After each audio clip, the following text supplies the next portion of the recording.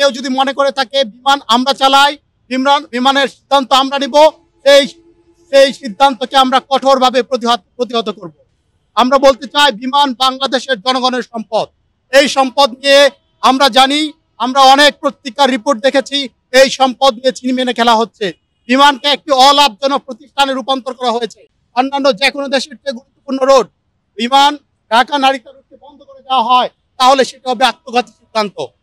এ পর্যায়ে আমি আজকে স্মারকলিপি সিল্কোর সিল্ক অ্যান্ড শাইন, যাতে আছে আর্গান অয়েল ও ওট প্রোটিনের গুডনেস, যা আপনার চুলকে রাখে হেলদি অ্যান্ড শাইনিং। বাংলাদেশ কমিউনিটির অন্যতম পরিচিত মুখ, বাংলাদেশ থেকে জাপানে প্রবাসীদের যে নেতৃত্ব আছে, বাংলাদেশ সরকারের সাথে, বিশেষ করে জাপান সরকারের, জাপানের বিভিন্ন মিনিস্ট্রির সাথে যেই সম্পর্ক আছে সেটা আলাউদ্দিন ভাই রক্ষা করে থাকেন।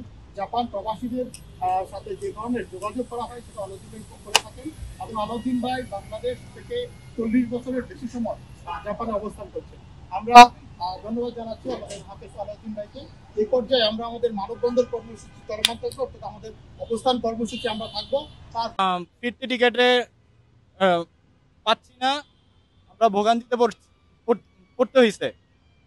এখন অনতিবিলম্বে আমাদের ভবিষ্যৎ প্রজন্মের জন্য, যারা জাপানে যাবে তাদের জন্য, যারা এখন আমরা জাপানে আসি তাদের জন্য হলেও, ভবিষ্যৎ প্রজন্মের জন্য হলেও, বাংলাদেশ উন্নতির জন্য হলেও জাপানের রুট চালু করার জন্য দাবি জানাচ্ছি। আমরা জানি যে বাংলাদেশ বাড়ছে, বাংলাদেশ বিমান একটি ভালোবাসার নাম, হাজারো প্রবাসীর ভরসার প্রতীক।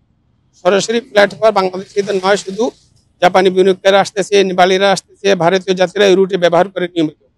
শোনা যাচ্ছে এই রুটটি স্থগিত বা বন্ধ করার চিন্তা ভাবনা করছে।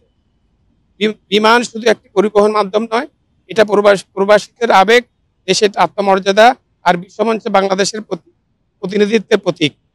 আপনাদের স্থগিত করার যে সিদ্ধান্ত নিয়েছে, এই সিদ্ধান্ত থেকে আপনারা ফেরত আসবেন। তো আজকে যারা দূর দূরান্ত থেকে এখানে আসছেন আমাদের এই মানববন্ধনে শরীক হওয়ার জন্য সবাইকে ধন্যবাদ জানাচ্ছি। আমরা এই মানববন্ধন আমরা জাপানে করেছি, এবং আমরা এটা বাংলাদেশে আজকে করলাম, এবং আমরা এটা কন্টিনিউ চলমান রাখবো। 4 আন্তর্জাতিক মানের রুট পরিচালনার জন্য দক্ষ ব্যবস্থাপনা নিশ্চিত করা। 5 খানসাই নারিতা কানেক্টিং রোড চালু করে যাত্রী সংখ্যা বাড়ানো।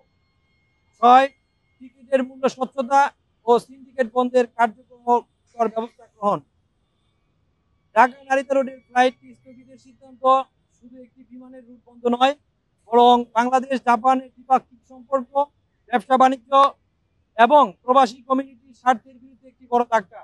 এই জন্য আপনার সদয় হস্তক্ষেপ ও নির্দেশনা একান্ত প্রয়োজন। নতুন যে আমাদের প্রধান উপদেষ্টা ইউনূস সাহেব যে নতুন সাইন করিয়েছে, লিখেছে এখন থেকে আগামী 5 বছরের মধ্যে 1 লাখ নতুন বাংলাদেশি জাপানে যাবে। এই বৃহৎ